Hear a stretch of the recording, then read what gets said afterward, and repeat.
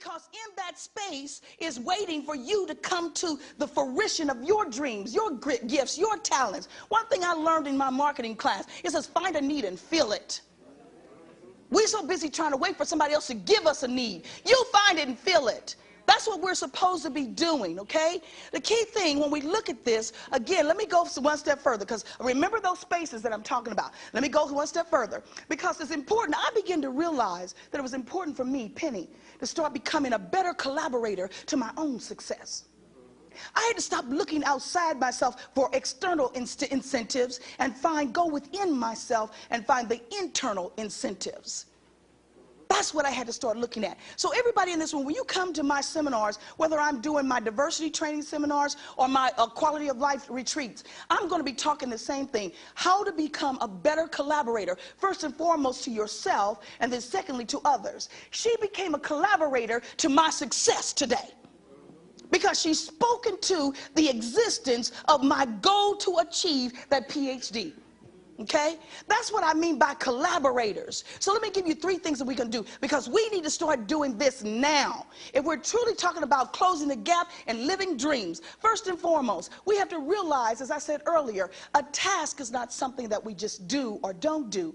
It's a human need that must be met. I liken it like this. Okay? Remember, parents in the room. Where's my parents? Remember when those babies were infants? Okay? Or maybe you have an infant. Okay? Remember the crying? The crying was the signal that there was a need that needed to be met, right? Okay? So it was our job as a parent to find out how to meet that need, right? Okay? Now, I don't care what anybody say. These new psychiatrists that I can understand baby talk, whatever, I can't. Okay? Right. So we had to figure out, and when that cry, okay, well, maybe the baby needs to be dried. So we go over there and we change the diaper, the baby still keeps crying. So obviously that wasn't the need, right? Okay? So we thought, well, maybe they're hungry, okay? We can do that. And you know how they do that? They either take the tongue and push the nipple out or the spoon out. That wasn't it. Okay? Sometimes we realize that just simply caressing that child was all that was necessary. Okay? It just gets simple like that. The same thing is true here. All of us, our need for achievement is different. So we have to stop saying that there's only one way to achieve, which takes me to the next thing. We need to begin to express the significance of economic alternatives. Stop telling our black boys that the only way that we can live a dream is by being a rapper or an athlete. Stop it.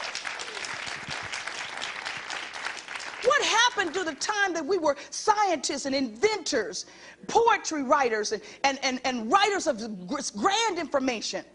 There's all kinds of ways. Trust me, my son is a living thing of evidence of it. I remember, bless his heart, I didn't know this until afterwards, so let me just share this real quick. He was wanting to get a Letterman jacket, and I didn't know it until after it was all done. But everybody told him the only way to get a Letterman jacket was to get into sports. Bless his heart, he tried out first in basketball. Going back to incentives, that wasn't it. Okay? So he wasn't motivated. He did not have the incentive to be disciplined in that game. So he like, whatever. Okay? He then went into football. And the coach told him, listen, sweetie, you knock-kneed and pigeon toe ain't working. So the incentive was wrecked there. He then got into wrestling. And he was too frustrated when a girl pinned him on the mat and he couldn't get up. He was too through. So finally I said, what the heck are you trying to do? He said, I want to get a Letterman jacket. I said, who told you that the only way you can get a Letterman jacket was through some kind of sports activity? Well, they all said that. I said, do you know you can get a Letterman jacket by academics? Do what you do and do what you do well. He has always been on the honor roll. His gift was academics. And now not only was he lettered once, he was lettered twice. Okay? Incentives, alternatives. And we need to stop telling people it's only one way. I can't stand it when people kind of put me in a genre. She's a motivational speaker. Why I gotta be there? Okay? But okay if it works for you. The third thing is, if it gets you to sleep at night, that's all I'm concerned with. The third thing is the only way that, the only way, and I'm clear on this, the only way that we can overcome the negative oppositions, whether those negative oppositions are within ourselves or within the surroundings or those things that are around us, the only thing, and I'm positive and sure of this, the only way that we get through that is through one word and one word only, and that word is clarity. Okay? Until we become clear in our direction. And this is not a group thing, Black America. This is an individual thing. We have to become clear in our own selves who you call yourself, not who somebody else calls you. And to me, what clarity means here is a clear, lasting achievements that rectify the injuries of today and yesterday. Because when I'm clear, whatever happened yesterday no longer matters. Okay? When I'm clear, whatever you're trying to do to me today, I can't focus on that because I have somewhere to go. Okay?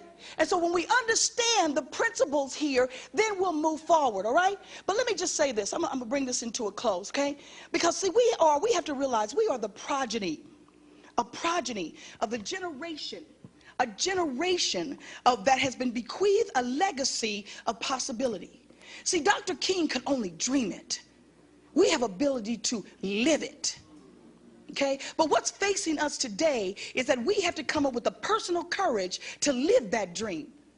And not just live it, we have to live it out loud. Okay? See, I believe listen, I believe that in this auditorium, there's a pocket of people. There's a pocket of people in the West Coast, pocket of people on the East Coast, the South, Midwest, and North. A pocket of blacks and white Americans that believe, like I believe, that blacks are living beneath the power of their dreams. I believe that. And I also believe that there's a magnetic pull that is happening in the universe today. You don't feel it? Do you feel it? There's a change. Come on. And listen, I'm going to be honest with you. I'm caught up in it. Because I'm not about to be left. Y'all do what you want to. But I'm caught up in the magnetic pull. Okay? Right? I'm not about to get left. How many ready to get caught up in the magnetic pull? Okay? Wait now. Because something you got to understand, before we say we want to get caught up in the magnetic pull, you got to realize there's a responsibility to it. Don't even get fooled, okay? Because most of us say, yeah, I want to go. And then we like, forget it. Going back to the incentive rule, okay? But when we understand this, we'll realize, as Dr. King said himself, when we are caught up, we will realize that living the dream is the uncomfortable task of discovering how to organize our strengths into compelling powers. Our task as Black Americans is, how do we organize all that? The gifts and talents, and bring them into power individually, okay? And that's the key thing. But I'm just going to leave you with this, because I want you to think on this. If you don't leave out of here with anything else that I've said, I want you to think on this. I take this from Obama's victory speech in Ohio, just a clip of it. And he said that if we are truly serious about living the dream, we have to call upon that thing inside of us that insists, despite all the evidence of the contrary, despite all that stuff that we think is working against us, we have to know beyond a shadow of doubt that something better awaits us. It's in the wings for just me, and it's got Pennie's name on it. And every day I'm waiting on, but here's what he says: but only if we have the courage to reach for it, to work for it, to fight for it. I hope the riot is happening. I hope that every spirit in this room will be stirred today, that you will go back and figure out, how do I pull all of my stuff together so that I can get caught up in the magnetic pull as well. But you'll also have to keep in mind that the biggest fight you'll ever have will be with yourself. Okay? I want to say God bless you to you, and happy birthday to Dr. Martin Luther King. Thank you.